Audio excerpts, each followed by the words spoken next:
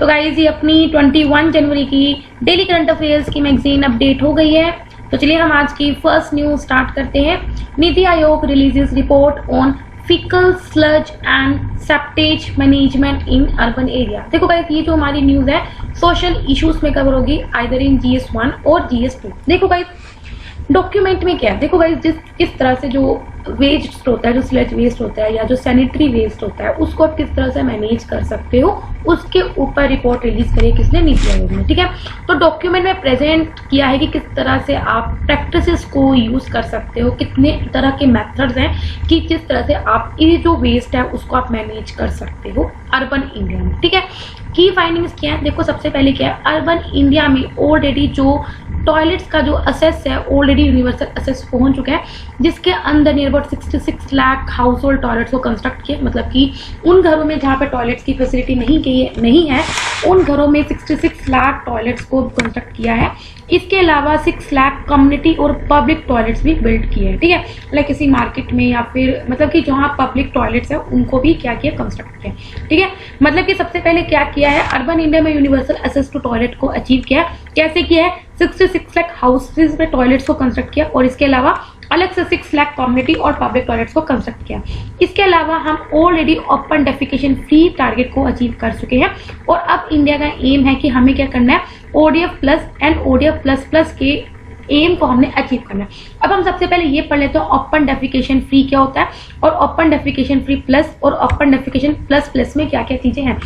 तो open defecation free में यही था कि जो खुले में शौच जिसे बोलते हैं उसको क्या किया जाए, इरेडिकेट किया जाए। ठीक है, ODF प्लस प्रोटोकॉल में ये कि हमें क्या करना है, किसी भी सिटी, किसी भी वार्ड या किसी भी वर्क सर्कल को ODF प्लस तभी डेजिग्नेट किया जाएगा जब कोई भी वहां पे सिंगल पर्सन डेफिकेट नहीं करेगा ओपन में और ना ही वहां पे यूरिनेट कर रहा है ओपन में, या फिर सभी जो कम्युनिटी और वहां के जो पब्लिक टॉयलेट्स हैं वो फंक्शन में भी है और वेल मेंटेन भी है। ये नहीं कि टॉयलेट्स को कंस्ट्रक्ट कर दिया और उनकी साफ सफाई नहीं हो रही है, ऐसा नहीं है। ODF प्लस किसी भी सिटी को हम जब डेजिग्नेट करेंगे तब वहां पे सिंगल पर्सन भी ना तो वो यूरिनेट कर रहा ओपन और उसके अलावा जो कम्युनिटी और जो पब्लिक में टॉयलेट्स है वो फंक्शन में भी है और मेंटेन भी नहीं है।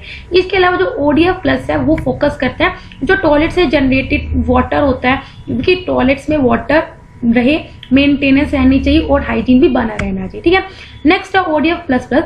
ODF प्लस प्लस प्रोटोकॉल हम कब किसी को मतलब कि स्टेटस प्रोवाइड करेंगे, जब इसके अंदर क्या हमने ये सब चीजें तो होनी ही चाहिए, प्लस क्या है वहां पे जो फीकल स्लज और सीवेज को मैनेज भी करना है, उनको सेफली मैनेज करना चाहिए और ट्रीट करना चाहिए। इसके अलावा कोई भी जो अनट्रीटेड वाटर होता है उसको आप ओपन में डिस्चार्ज नहीं करना, मतलब कि जो टॉयलेट से जो निकल रहा वाटर है उसको आप ओपन में बिना ट्रीटमेंट के डिस्चार्ज नहीं कर रहे हो, तब हम क्या बोलेंगे, उसको ODF प्लस प्लस प्रोटोकॉल उसने अचीव कर दिया। ठीक है, किसी भी वाटर बॉडीज में, किसी भी ओपन एरियाज में उसको हमें डिस्चार्ज नहीं करना उस वाटर को। ठीक है, ODF प्लस प्लस का फोकस किस पे है, टॉयलेट्स की मेंटेनेंस पे तो है ही, साथ में स्लज और जो सीपटेज मैनेजमेंट इन दोनों पे फोकस है। ठीक है, तो गाइस आई होप आप सबको समझ में आ गया ODF प्लस और ODF प्लस प्लस में क्या थोड़ा सा डिफरेंस ये है कि हमने जो वहां के जो फीकल स्लज है उसको और जो सीवेज है उसके वेस्ट को भी मैनेज करना है और उसके वाटर को हम वाटर बॉडीज या जो ओपन एरियाज में डिस्चार्ज ना करें। ठीक है, इसके अलावा हमारे इंडिया में चाहे यूनिवर्सल टॉयलेट असेस हो गया है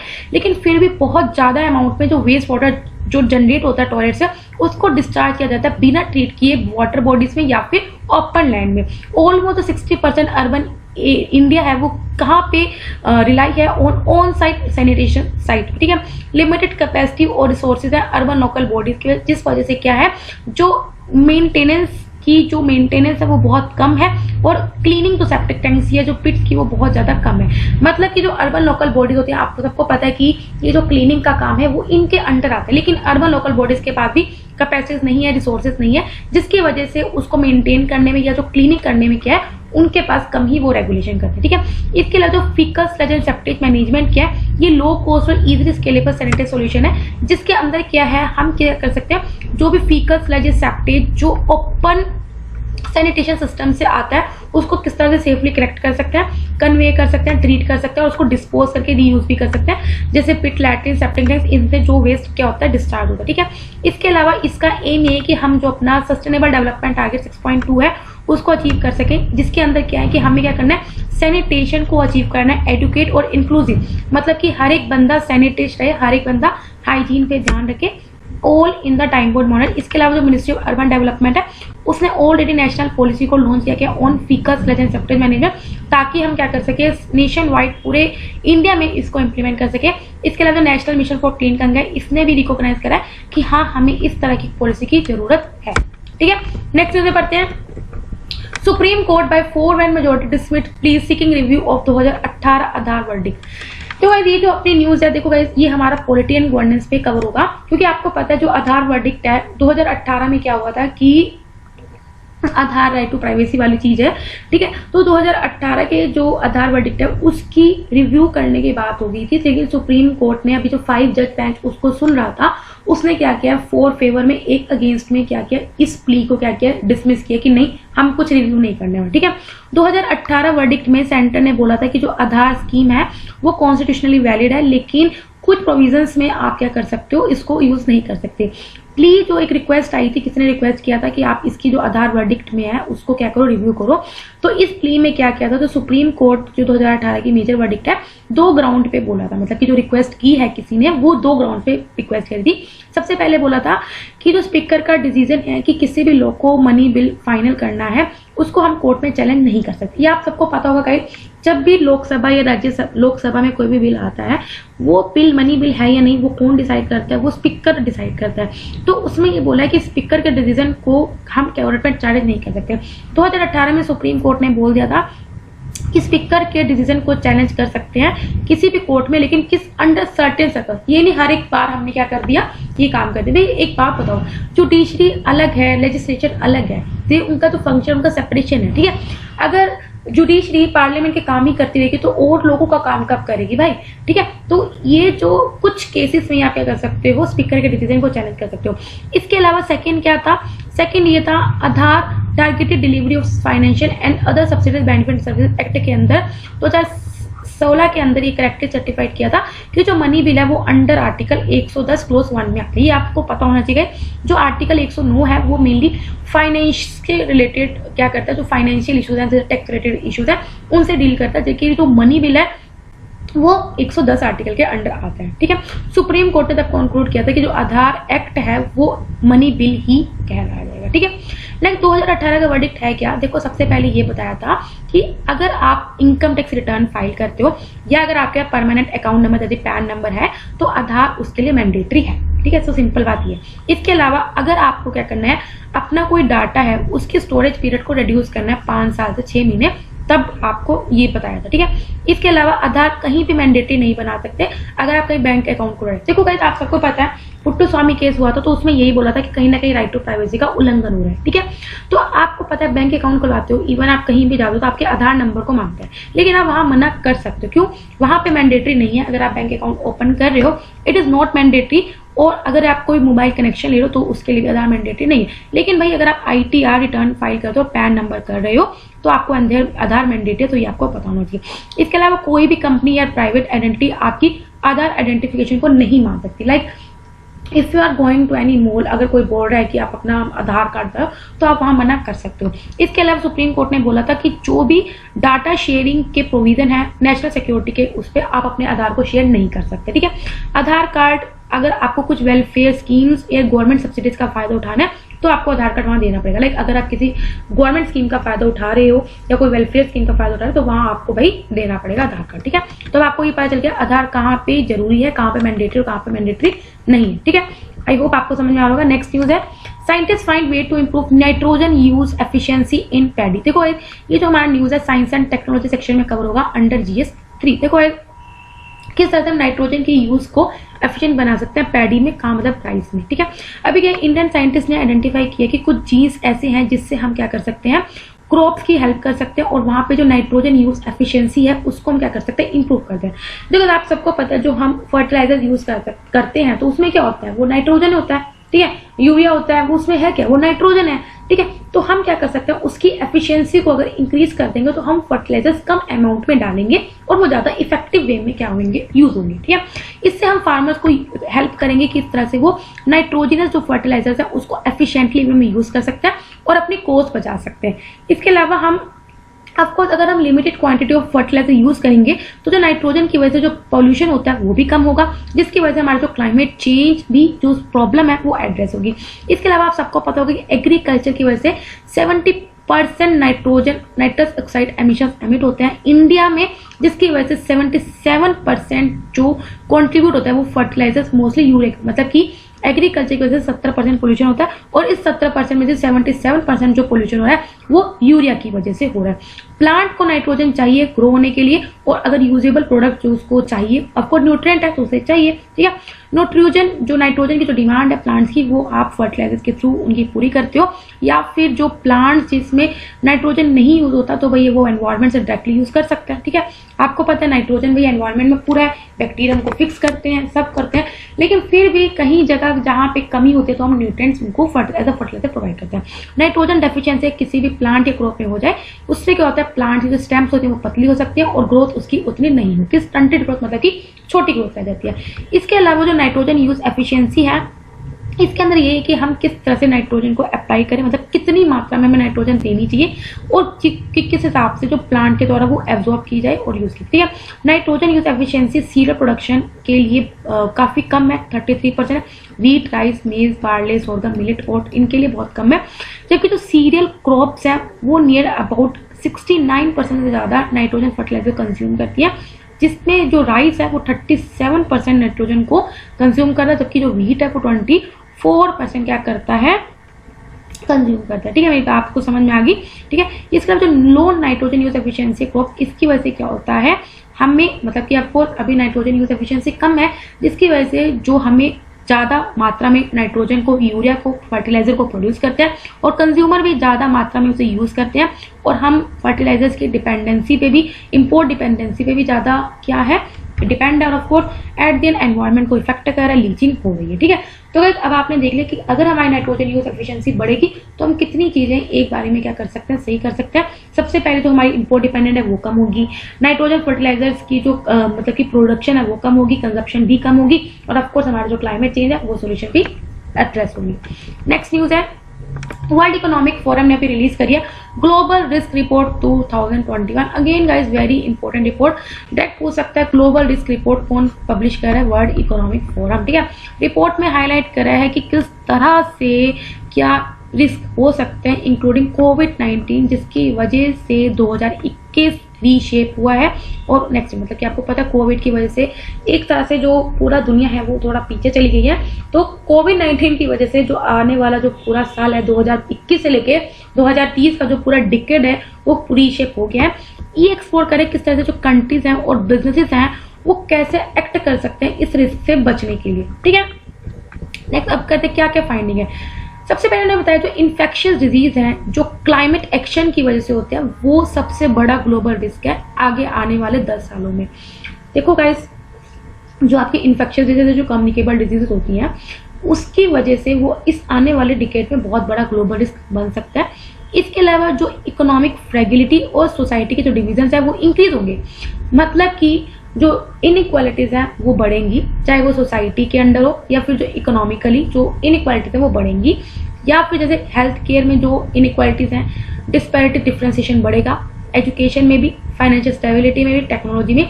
इसकी वजह से कुछ सर्टेन ग्रुप्स और जो सर्टेन कंट्रीज हैं वो बहुत ज्यादा बुरे वे में इफेक्ट होंगे, स्पेशली डेवलपिंग कंट्रीज और लीस्ट डेवलप्ड कंट्री। ठीक है, इसके अलावा डिजिटली एक्टिव हो रहा है हर एक कंट्री, लेकिन उसमें भी क्या होगा, डिजिटली डिवाइड हो जाएगा, मतलब कि कंट्री लाइक एक इंडिया है एक भारत है। इंडिया वो होगा जो डिजिटली बहुत ज्यादा एडवांस होगा, एक्टिव होगा, और जो भारत होगा वो बहुत ज्यादा पीछे चला जाएगा। ठीक है, सिंपल ये है कि जो डेवलपिंग, जो हमारे इंडिया में भी जो डेवलपिंग स्टेट्स हैं, ये तो डेवलप्ड स्टेट्स हैं वो आगे बढ़ रही हैं और जो डेवलपिंग स्टेट्स हैं वो पीछे रह जाएंगी। ठीक है, इस वजह से डिजिटली की वजह मतलब कि टेक्नोलॉजी अडॉप्शन की वजह से कहीं ना कहीं कंसर्न आता है जो ऑलरेडी कोविड-19 की वजह से और ज्यादा बढ़ गई। मतलब आपको देखा है स्कूल बंद है, सब बंद है, लेकिन जिन लोगों के पास स्मार्टफोन है, जो डिजिटली एक्टिव है, उन लोगों बच्चों की ऑनलाइन क्लासेस चल रही है, लेकिन वही जो गवर्नमेंट स्कूल का बच्चा है उनके पास वो फैसिलिटीज नहीं है, तो क्या एक तरह से डिवाइड बढ़ रहा है ना। ठीक है, इसके अलावा इकोनॉमिक इनइक्वालिटी, तो जो लॉन्ग टर्म हेल्थ इंपैक्ट्स हैं कोविड-19 पैंडेमिक की वजह से जो हुए हैं वो कंटिन्यू क्या रहेंगे और उसकी वजह से जो कॉन्सिक्वेंसेज है वो बहुत बुरे होने वाले हैं। इसके अलावा क्या है, अब कोविड-19 को रिस्पॉन्स देने के लिए 4 गवर्नेंस अपॉर्चुनिटीज की गई है ताकि हम अपनी कंट्रीज को क्या कर सके, रिकवर कर सके, बिजनेसेस को रिकवर कर सके और इंटरनेशनल कम्युनिटी को रिकवर कर सके। तो अब 4 क्या हम पढ़ लेते हैं। सबसे पहले हमें कुछ एनालिटिकल फ्रेमवर्क बनानी चाहिए ताकि हम इस तरह से काम कर सके उन रिस्क इम्पैक्ट्स को अपने व्यू में रखते हुए। इसके अलावा हमें हाई प्रोफाइल रिस्क चैंपियंस में इन्वेस्ट करना पड़ेगा ताकि हम नेशनल लीडरशिप और इंटरनेशनल कोऑपरेशन को क्या कर सके, एनकरेज कर सके। इसके अलावा हमें रिस्क कम्युनिकेशन को इंप्रूव करना होगा और जो मिस इन्फॉर्मेशन जो फैलती है उसको कॉम्बैट करना होगा। इसके अलावा हमें पब्लिक प्राइवेट पार्टनरशिप को और ज्यादा स्ट्रेंथन करना होगा, एक्सप्लोर करना पड़ेगा और रिस्क प्रिपेयर्डनेस में। ठीक है, अब आप देख सकते हो टॉप रिस्क क्या है। Top risk bilateral, extreme weather, climate action failure, human जो एंथ्रोपोलॉजिकल एक्टिविटीज हैं, infectious diseases, biodiversity loss, digital power concentration, digital inequality, inter state relation fracture, cyber security failure, ये सब क्या टॉप रिस्क। ठीक है, impact यही वही सेम है। ठीक है, infectious disease, climate action failure, weapon of mass destruction, biodiversity loss, natural resources crisis, human environmental damage, livelihood crisis, extreme weather, डेब्ट क्राइसिस, IT इन्वेस्टिबिलिटी। ठीक है, ये सब क्या है टॉप रिस्क है। आगे हम चलते हैं, नीति आयोग ने रिलीज किया 2nd edition of India innovation index. देखो आज हम जितने भी न्यूज पढ़ रहे हैं बहुत इंपॉर्टेंट पढ़ रहे हैं। अगेन गाइस ये जो हमारी न्यूज है इकोनॉमी सेक्शन में कवर होगी। देखो अभी हमने 3-4 चीजें पढ़ी हैं कि वर्ल्ड इकोनॉमिक फोरम ने कौन सी रिपोर्ट रिलीज करी है, ग्लोबल रिस्क इंडेक्स। ठीक है, फिर हमने पढ़ी है कि एक और हमने पढ़ी है ना गाइस, नीति आयोग ने सबसे पहले रिलीज करी है रिपोर्ट किस पे, faecal sludge and septage management. कोई भी पूछ सकता है किसने की है और आधे बच्चे इसमें बताओ कौन सी लगा देंगे, मिनिस्ट्री कोई ना कोई और मिनिस्ट्री लगाएंगे। ठीक है, अर्बन डेवलपमेंट लगा देंगे, जबकि नीति आयोग ने करी है। ठीक है, और अब हम कौन सी पढ़े कि नीति आयोग ने द्वारा रिलीज करी किसकी, 2nd edition of India innovation index. ठीक है, अब क्या है, इंडिया का क्या ऑब्जेक्टिव है कि हमारी जो इनोवेशन कैपेसिटीज हैं उसको इन्वेस्टिगेट करना और इंडियन स्टेट्स और हमारी यूनियन टेरिटरीज की क्या परफॉर्मेंस है उनको इन्वेस्टिगेट करना। स्क्रूटनाइज करना मतलब क्या होता है कि किसी चीज को इन्वेस्टिगेट करना। इसका एम क्या है कि हम स्टेट्स और यूनियन टेरिटरीज को एम्पावर कर सके कि अपनी अपनी इनोवेशन प्रोसेस को इंप्रूव करो, उनके स्ट्रेंथ्स और उनकी वीकनेस को शो करके। ठीक है, कि भाई इस स्टेट की ये वीकनेस है, इस स्टेट की ये कमजोरी है, इस स्टेट की ये स्ट्रेंथ है ना, और जिस स्टेट की जो कमजोरी है और जिस स्टेट की जो स्ट्रेंथ है वो आपस में एक दूसरे से सीखे। सबसे पहले देखते हैं बेस्ट परफॉर्मर कौन कौन से हैं। भाई देखो कर्नाटका सबसे स्कोर 42.5, महाराष्ट्र, तमिलनाडु, तेलंगाना, केरला, फिर हरियाणा, गुजरात, सॉरी आंध्र प्रदेश, गुजरात, यूपी और पंजाब। ठीक है, इंडिया कहीं ना कहीं 0.7% अपनी GDP R&D में खर्च करता है, जो कि बहुत कम है। मतलब जो ज्यादा से ज्यादा जो कंट्री रिसर्च एंड डेवलपमेंट पे पैसा खर्च करती हैं वो सबसे ज्यादा इजराइल है जो नियर अबाउट 5% करती है, साउथ कोरिया, फिर स्वीडन और फिर जापान। इसके अलावा जो R&D पे अगर हम ग्रोथ एक्सपेंडिचर देखें वो पिछले कुछ सालों में बढ़ा है। ठीक है, सेंट्रल गवर्नमेंट क्या कर रही है, 2017-18 में 45% टोटल एक्सपेंडिचर किया। इसके अलावा जो स्टेट गवर्नमेंट 6.4% करती है, प्राइवेट सेक्टर 37%। मतलब कि जितना भी खर्चा हो रहा है, अगर 100 रुपए खर्च हो रहे हैं R&D में, तो इसमें जो गवर्नमेंट है सेंट्रल गवर्नमेंट 45 रुपीज कर रही है, प्राइवेट सेक्टर 37 रुपीज कर रहा है, जो स्टेट गवर्नमेंट ओनली 6 रुपीज कर रही है। ठीक है, सिंपल बात ये है। ठीक है, इनोवेशन आप सबको पता है इट इज अगर आप कोई चीज क्रिएट कर रहे हो, कुछ आप डेवलप कर रहे हो, कुछ न्यू प्रोडक्ट आप इंप्लीमेंट कर रहे हो किसी प्रोसेस को या किसी सर्विस का, जिसका एम है कि आप किसी चीज की एफिशिएंसी इंप्रूव करो, किसी चीज का इफेक्टिवनेस इंक्रीज करो या एडवांटेज करो। ठीक है, इसके अलावा इंडेक्स का एम क्या है कि हम क्या कर सके, इनोवेशन इनपुट्स को मेजर कर सके थ्रू इनेबलर्स और इनोवेशन आउटपुट को एज अ परफॉर्मेंस, मतलब कि किस वजह से आप ये सब कर रहे हो और उसका क्या आउटपुट है। इनेबलर पैरामीटर्स क्या है, ह्यूमन कैपिटल। देखो आप अगर आप रिसर्च कर रहे हो तो आपके पास रिसोर्सेज भी तो होने चाहिए ना, तो वो पैरामीटर जैसे आपके पास कैपिटल होना चाहिए, इन्वेस्टमेंट होना चाहिए, नॉलेज वर्कर्स होने चाहिए, बिजनेस एनवायरमेंट होना चाहिए, सेफ टू लीगल एनवायरमेंट होना चाहिए। पैरामीटर्स होंगे, नॉलेज आउटपुट आएगा, नॉलेज में डिफ्यूजन होगा। ऑफकोर्स इश्यूज का आइडेंटिफाई किया है, नेशनल लेवल पे देखा कहीं ना कहीं रीजनल इम्बैलेंस देखने को मिला, मतलब कहीं स्टेट्स ऐसी हैं जो बहुत ज्यादा एडवांस है, कहीं स्टेट्स ऐसी हैं जो बहुत ज्यादा बैकवर्ड है। ठीक है, जिसकी वजह से क्या कहीं स्टेट्स ऐसी हैं जहाँ पे बहुत ज्यादा रिसर्च इंस्टीट्यूशंस प्रेजेंट हैं और कहीं ऐसी हैं जहाँ पे इंक्यूबेटर सेक्टर्स की कमी है और कहीं पे ग्रास रूट इनोवेशन की भी बहुत ज्यादा लिमिटेशन है। स्टेट लेवल पे देखा गया है there is lack of state specific innovation cell, है ही नहीं भाई। ठीक है, स्टेट लेवल मतलब स्टेट क्या है, एंगेज ही नहीं होती, इन्वॉल्व ही नहीं होती कि अपनी बेस्ट प्रैक्टिसेस को शो कर देगी। सजेशंस क्या, सबसे पहले हम अपनी बेस्ट प्रैक्टिस को शोकेस करना है। कोऑपरेटिव फेडरलिज्म के अंडर क्या हम बेस्ट प्रैक्टिसेस को ऑब्जर्व करते हैं विद इन द स्टेट, जिसको हमें डॉक्यूमेंट करना चाहिए और हमें एनकरेज करना चाहिए पीयर टू पीयर लर्निंग को। पीयर टू पीयर मतलब पीपल टू पीपल लर्निंग को एनकरेज करना चाहिए। स्टेट स्पेसिफिक पॉलिसी पे हमें फोकस करना है, ठीक है, क्योंकि अभी हमने पढ़ा कि स्टेट में क्या है, स्टेट स्पेसिफिक इनोवेशन सेल नहीं है, ठीक है। सिमिलरली जो ग्लोबल इनोवेशन इंडेक्स है वो कौन पब्लिश करता है हर साल? विप्पो, भाई बहुत इंपॉर्टेंट है अगेन। ग्लोबल इनोवेशन इंडेक्स कौन रिलीज करता है? वर्ल्ड इंटेलेक्चुअल प्रॉपर्टी ऑर्गेनाइजेशन करता है और हर साल करता है, जिसमें इंडिया की रैंक 2020 में कितने हैं? 48। भाई ये पूरी की पूरी न्यूज बहुत इंपॉर्टेंट है, इसको जरा लिख लेना अलग से, ठीक है। आगे हम बढ़ते अपनी छोटी छोटी न्यूज पे। सिक्योर्ड ओवरनाइट फाइनेंसिंग रेट, देखो अभी क्या है, जो सिक्योर्ड ओवरनाइट फाइनेंसिंग रेट क्या है, ये एक रेफरेंस रेट है जिसमें हम कुछ पे ऑफ को डिटरमाइन करते हैं। एक फाइनेंशियल कॉन्ट्रैक्ट में जो भी पे ऑफ होते हैं उनको हम डिटरमाइन करते हैं, जो किसी कॉन्ट्रैक्ट में which is outside the control of parties to that contract, ठीक है, मतलब दो पार्टीज अगर वो कॉन्ट्रैक्ट में है उनके कंट्रोल से बाहर होती हैं तो वो कुछ डिटरमाइन करता है। तो क्या सिक्योर्ड ओवरनाइट फाइनेंशियल रेट क्या होता है? किसी जो हमारा ये डिजाइन और इम्प्लीमेंट किया गया है by federal reserve bank of न्यूयॉर्क और साथ में यूएस के treasury office of financial research के द्वारा इसको डिजाइन किया गया है। जो सिक्योर्ड ओवरनाइट फाइनेंशियल रेट है ये लंदन इंटरबैंक ऑफर रेट का एक तरह से रिप्लेसमेंट है, जिसको 2021 में मतलब कि बाहर कर दिया गया है, ठीक है। जो दोनों सिक्योर्ड ओवरनाइट फाइनेंसिंग रेट और जो लंदन इंटरबैंक ऑफर रेट है वो शॉर्ट टर्म बोरिंग कॉस्ट में रिफ्लेक्ट करता है, ठीक है। रिसेंटली जो स्टेट बैंक ऑफ इंडिया है उसको एग्जीक्यूट किया गया 2 interbank short term money market में जो डील करेगा with pricing link to secured overnight financing rate. मतलब देखो गाइस सिंपल बात ये है, अगर आप शॉर्ट टर्म के लिए कुछ पैसा बोरो करते हो तो उसमें क्या होएगा, जो ये आपका डिटरमाइन करेगा क्या इंटरेस्ट है, जो भी है वो ये डिटरमाइन करेगा। और रिसेंटली जो स्टेट बैंक ऑफ इंडिया है उसको क्या करा है, इसको लिंक कर दिया इस स्कीम के साथ, ठीक है। नेक्स्ट है नेशनल स्टार्टअप एडवाइजरी काउंसिल, हमने पहले भी पढ़ा है नेशनल स्टार्टअप एडवाइजरी काउंसिल। तो इसकी कंपोजिशन बहुत ज्यादा इंपॉर्टेंट है, हम सबसे पहले यही पढ़ लेते हैं। इनके जो चेयरमैन होते हैं वो minister for commerce and industry, very important. Ex officer members कौन कौन से होते हैं? जो नॉमिनीज होते हैं of concern ministry department organisation जिनका रैंक ज्वाइंट सेक्रेटरी से बिलो ना हो। नॉन ऑफिशियल मेंबर्स होते हैं जो सेंट्रल गवर्नमेंट के द्वारा नॉमिनेट किया जाता है फ्रॉम वेरियस कैटेगरीज, जैसे कुछ सक्सेसफुल स्टार्टअप्स के जो मतलब कि सीईओज हैं उनको हमने सेलेक्ट कर दिया for a period of 2 year. देखो गवर्नमेंट ने अभी क्या किया, 28 जो नॉन ऑफिशियल मेंबर्स हैं उनको नॉमिनेट किया, ठीक है। अभी हमने पढ़ा इन नॉन ऑफिशियल मेंबर्स को गवर्नमेंट ने नॉमिनेट किया, इसलिए ये न्यूज में था।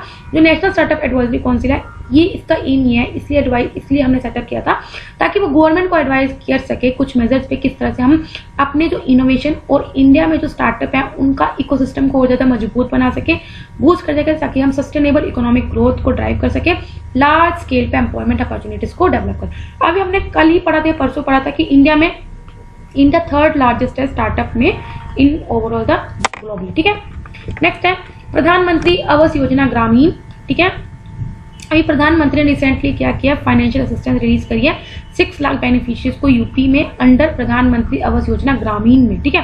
देखो ऐसे आपको पता है अर्बन है, ग्रामीण जो है वो मिनिस्ट्री ऑफ रूरल डेवलपमेंट के अंदर है, जिसका एम ये है कि पक्का हाउस हमें क्या करना है, प्रोवाइड करना है, जिसमें कुछ बेसिक अम्यूनिटीज हो, जैसे ड्रिंकिंग वाटर होना चाहिए, इलेक्ट्रिसिटी होना चाहिए। हर एक हाउसलेस जो जिसके पास घर नहीं है उनको पक्का हाउस प्रोवाइड करना है, ठीक है। जो कच्चा हाउस में रह रहे हैं या फिर बेकार हाउस में रह रहे हैं 2022 तक हमें ऐसे हाउसेस प्रोवाइड करने हैं।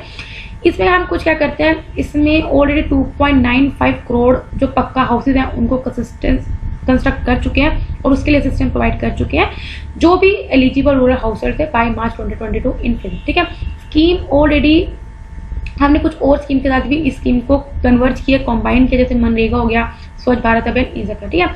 जो बेनिफिशरीज हैं मतलब कि इस योजना का, इस स्कीम का फायदा पूर्ण उठा सकते हैं, उन बेनिफिशियरीज को आइडेंटिफाई करने का काम किसका है, वो करती है ग्राम सभा करती है as per socio economic census 2011, ठीक है। नेक्स्ट है रेगुलेटरी कंप्लायंस पोर्टल। अभी क्या जो DPIIT that is the department of promotion of industry and internal trade, उसने इस पोर्टल को लॉन्च किया है जो कि एक सेंट्रल ऑनलाइन डिपोजिटरी होगी सेंट्रल और स्टेट लेवल कॉम्प्लायंसेस के लिए, ठीक है। ऑब्जेक्टिव क्या है इस पोर्टल का कि जो भी सिटीजन्स, इंडस्ट्रीज और गवर्नमेंट, इन तीनों के बीच जो गैप होता है उसको फिलअप करना है ताकि जो भी बर्डन है उसको मिनिमाइज कर सके। इस पोर्टल से क्या होगा, जो हम आत्मनिर्भर भारत का जो विजन है उसको अचीव कर सकते हैं और साथ में जो इंडस्ट्रीज का जो ईज ऑफ डूइंग बिजनेस है वो उस भी इंप्रूव होगा और सिटीजन्स का जो ईज ऑफ लिविंग है वो भी क्या होगा, ईजी होगा, ठीक है। बंदीपुर नेशनल पार्क, देखो इस नेशनल पार्क आ गया न्यूज में, कोई स्पीसीज आ गई इंपॉर्टेंट हो जाती है।